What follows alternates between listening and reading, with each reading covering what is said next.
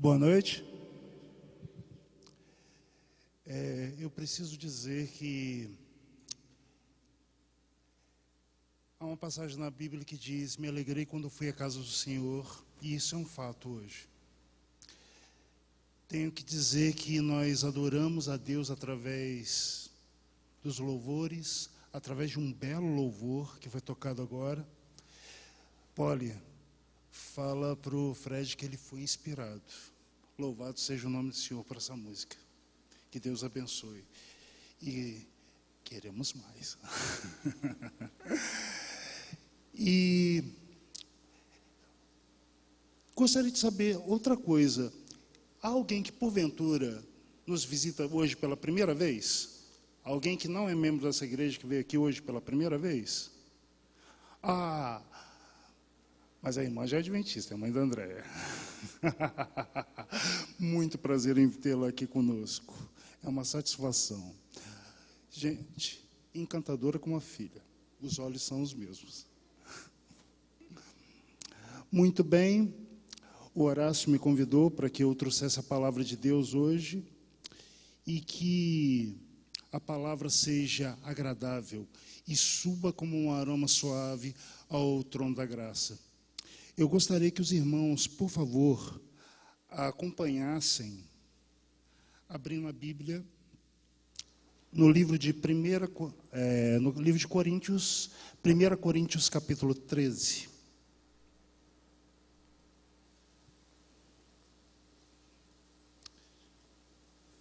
O texto é um pouco longo, mas eu gostaria que vocês acompanhassem a leitura do texto comigo. 1 Coríntios, capítulo 13, versículo 1 em diante, diz: ainda que eu fale a língua dos homens e a língua dos anjos, se não tiver amor, será como bronze que soa e como cimbalo que retine. Ainda que eu tenha o dom de profetizar, conheça todos os mistérios e toda a ciência, ainda que eu tenha fé a ponto de transportar montes, e se não tiver amor, nada serei. Ainda que eu distribua todos os meus bens entre os pobres, e ainda que eu entregue meu próprio corpo para ser queimado, se não tiver amor, nada disso me aproveitaria. O amor é paciente, é benigno. O amor não arde em ciúmes, não se ufana, não se ensoberbece, não conduz inconvenientemente, não procura os seus interesses, não se exaspera, não se ressente do mal. Não se alegra com a injustiça, mas se regozija na verdade. Tudo sofre, tudo crê, tudo espera, tudo suporta. O que é o amor? É necessário estabelecer o que é o amor, porque, infelizmente, um falso amor está sendo vendido no mundo lá fora. Um amor egoísta, um amor falso. Paulo, na carta aos Coríntios, ele tenta estabelecer o que é o amor.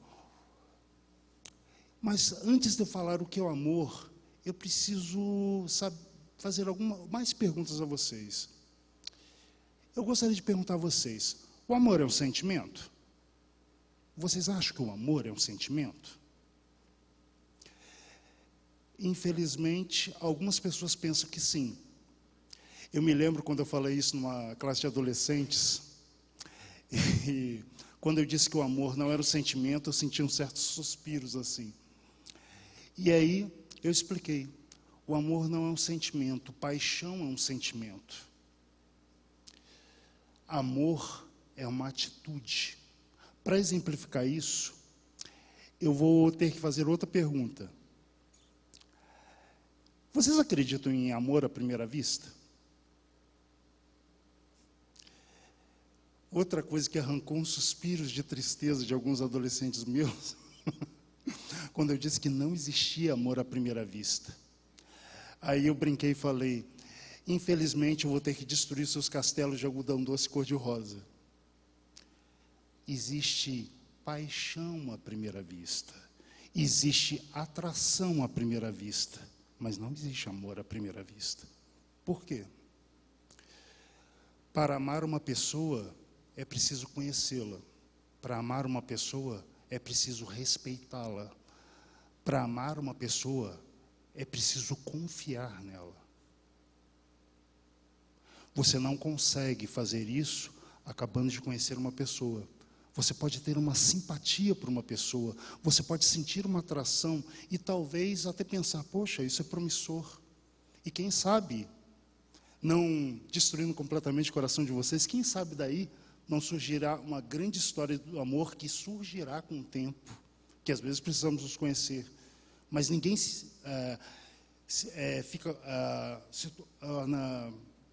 sente uma atitude de amor por alguém que acabou de conhecer. Então, da onde vem o amor?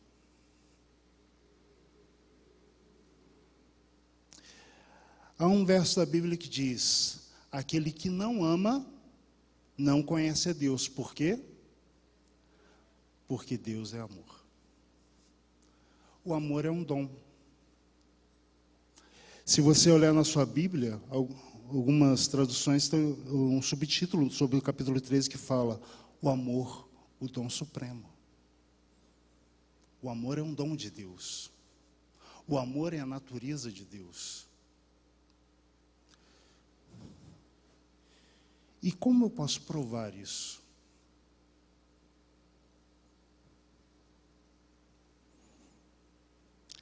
Mas antes de provar isso, vamos continuar falando algumas coisas sobre o amor. O texto, ele traz à tona alguns pontos interessantes. Às vezes, na nossa natureza humana, nós confundimos o que é o amor e o que é características da paixão. Quer ver uma coisa? Vamos para o verso 4. Capítulo 3, verso 4 diz o seguinte: o amor é paciente, é benigno, o amor não arde em ciúmes. Você já ouviu por aí uma expressão que diz assim: o ciúme é o tempero do amor? Deixa eu falar para você, não acredite nisso. Ciúme é um ato de insegurança e ciúme é algo que pode destruir o seu relacionamento. Eu conversei com as pessoas, alguns amigos umas vezes, e às vezes eles ficam impressionados quando eu digo que eu não tenho ciúmes da minha esposa. E minha esposa não tem ciúmes de mim. Por quê? Porque temos confiança uns nos outros. Porque nós nos amamos. Porque eu tive tempo suficiente para desenvolver essa atitude por ela, de amá-la, de confiar e de desejar tanto bem para ela, que eu não gostaria de ser infiel e de trair algo tão bonito que nós temos.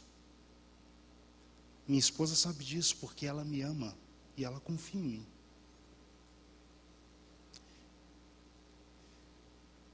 E aí, nós não sentimos ciúmes um do outro. O amor é um ato de confiança. Eu não sei se vocês já assistiram um filme que se chama O Conde de Monte Cristo. Tem uma cena muito interessante. Um jovem está dentro de uma prisão e ele está descrente porque ele foi preso ali injustamente. E eles estão cavando um túnel para fugir da prisão. E tem um senhor que está ajudando ele. No meio do caminho, o senhor está morrendo. E ele falou que Deus te proteja. Ele falou, não acredito em Deus. E o senhor responde para ele, mas Deus acredita em você. Porque Deus te ama. É uma frase profunda. Mas vamos continuar. O capítulo 6 fala: se regozija na verdade. O amor é verdadeiro. Se não é verdadeiro, não é amor.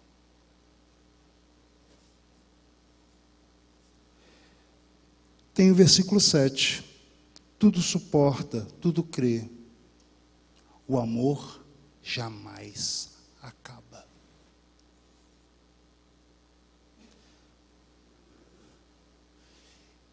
E eu gostaria agora de pedir para que vocês leiam uma passagem que está em João,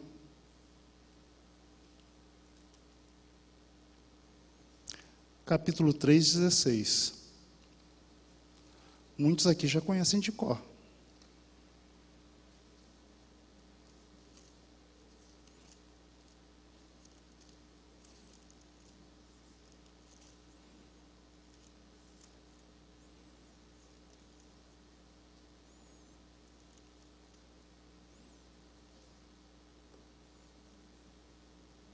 João 3,16 diz: porque Deus amou o mundo de tal maneira que deu seu Filho unigênito para que todo aquele que nele crê não pereça, mas tenha vida eterna. O que eu acabei de ler agora, eu li a maior prova de amor que um ser pode fazer por alguém que ele ama. Jesus amou a humanidade, ele criou Adão e Eva. E quando ele criou Adão e Eva, ele disse: quando vocês pecarem, vocês vão morrer. Então não pequem. Adão e Eva pecaram. E então, esse mesmo Jesus diz para eles: o salário do pecado é a morte, mas o dom gratuito de Deus é a vida. Vocês pecaram, vocês deveriam morrer, mas vocês não vão morrer, pelo menos não vão morrer a morte definitiva.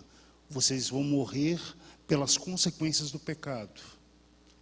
Porque eu prometo para vocês que um dia eu irei à terra. Um dia eu vou nascer como um homem, eu que sou Deus. Um dia eu vou viver nessa terra, eu vou sofrer tudo que vocês vão sofrer. Eu vou viver uma vida inteira sem pecar, para provar para o ser humano que isso é possível, como um ser humano.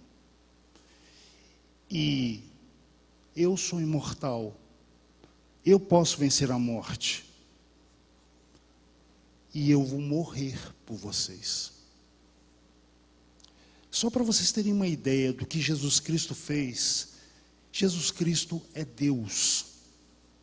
Ele trocou a sua onisciência por um cérebro, como o meu e o seu. Ele trocou a sua onipotência, a capacidade de fazer qualquer coisa, por 2 braços e 2 pernas, iguais aos meus e os seus. Ele trocou a sua onipresença, a capacidade de estar em todos os lugares ao mesmo tempo, por um corpo humano.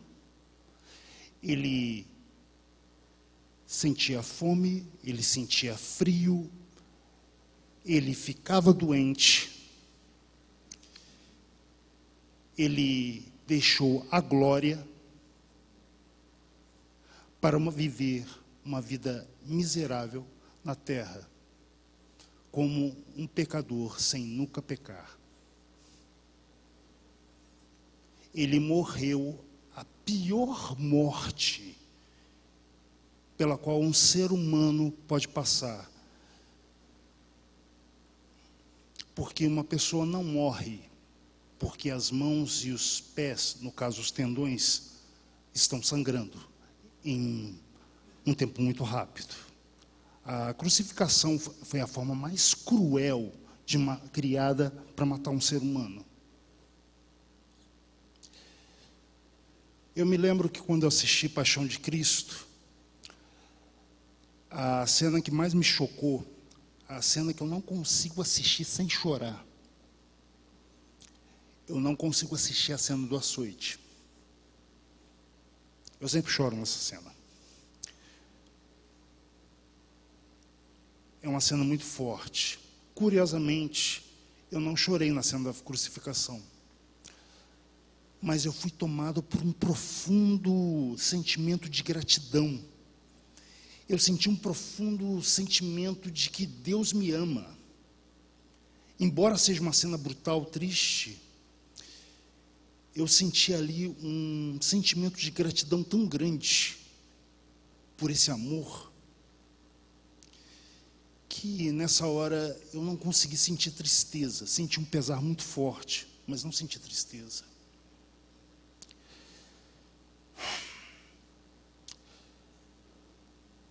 A Bíblia, ela foi escrita em 2 idiomas. A maior parte do Velho Testamento foi escrita em hebraico e algumas partes em aramaico. O Novo Testamento, ele foi todo escrito em grego. O grego é uma língua muito rica. E existe mais de uma expressão para se expressar amor. Temos o amor Eros. Eros é o deus do amor. Mas não é Afrodite? Não, também tem Eros. Também tem deus do amor. As pessoas dizem, mas Hades não é o deus dos mortos? Não, é Thanatos. Hades é o deus do submundo. Por consequência, se torna o deus dos mortos também. Eros é o amor, é uma expressão que se usa para amor, relação entre homem e mulher. Amor carnal. Philos e ágape. Philos é amor fraternal, amor de amigo. Ágape é um termo que é usado para descrever o amor de Deus. Ágape é amor sem reservas, amor sem limites. Quando Jesus vira para Pedro e pergunta para ele, Pedro, tu me amas? Ele usa uma variação dessa frase que é aqua pasmin. Pedro, tu me amas? Tu me amas sem limites, sem reservas. Tu me amas plenamente.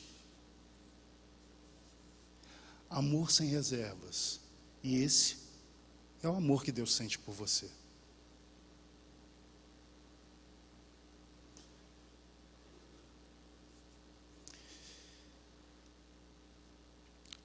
Tem uma música do Arautos do Rei, minha esposa gosta muito dessa música.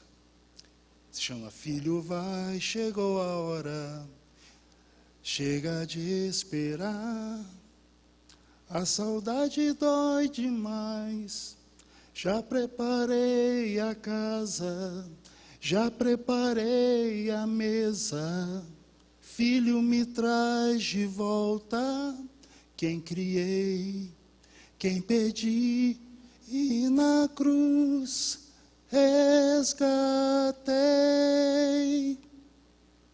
A minha esposa diz que gosta muito dessa música, porque ela se sente abraçada, acolhida quando ela ouve essa música, porque esse é o sentimento que ela tem em relação a Deus, de que Ele ama tanto a gente, que Ele está esperando a gente. Ele não vê a hora de abraçar, de estar junto com a gente, de nos amar. E eu quero ler mais uma passagem.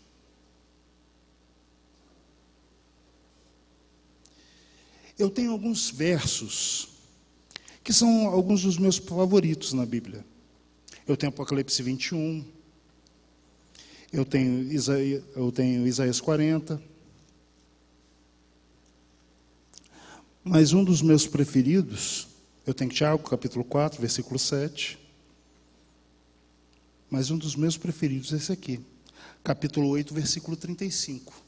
Vocês poderiam ler comigo? Romanos, capítulo 8, versículo 35.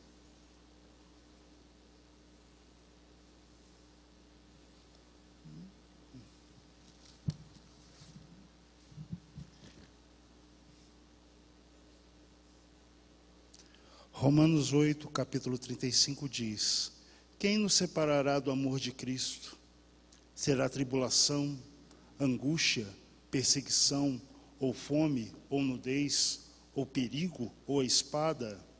Está escrito, como está escrito, por amor a ti somos entregues à morte todo dia, fomos considerados como ovelhas para o matadouro. Em todas essas coisas, porém, somos mais do que vencedores, por meio daquele que nos amou.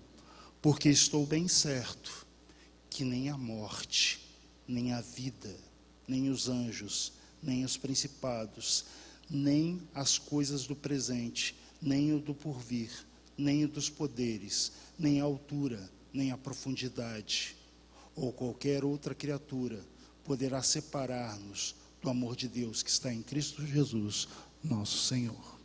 Amém? Sabe, às vezes eu me sinto uma criatura miserável. Essa semana foi uma semana muito difícil para mim. Mas às vezes eu reflito.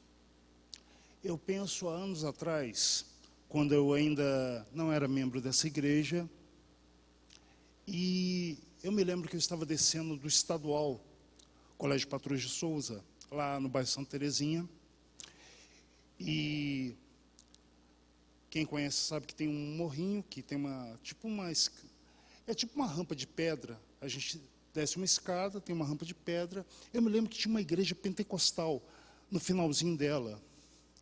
E eu, ouvindo o barulho do culto, eu falei, eu posso pertencer a qualquer religião no mundo, eu nunca vou ser crente na minha vida.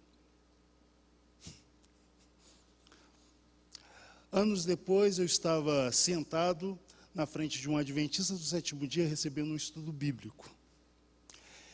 E aí, ele estava falando,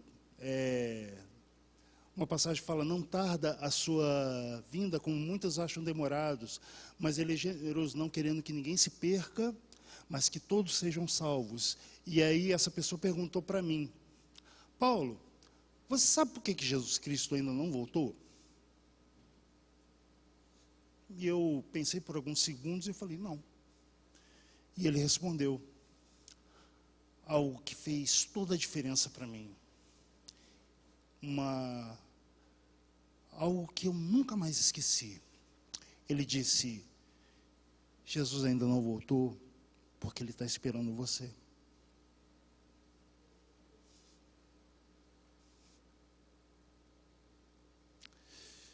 Não tarda a sua promessa, como muitos acham demoradas. Ele é generoso, não querendo que ninguém se perca, mas que todos se salvem. Isso é ou não é amor?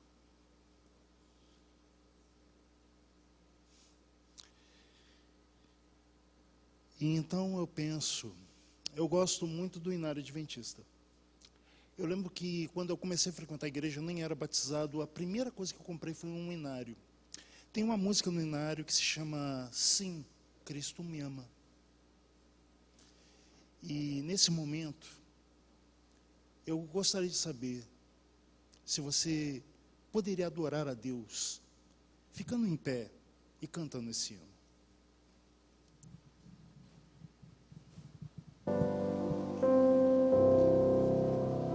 Que você nunca esqueça do amor de Deus por você, porque é uma promessa dele.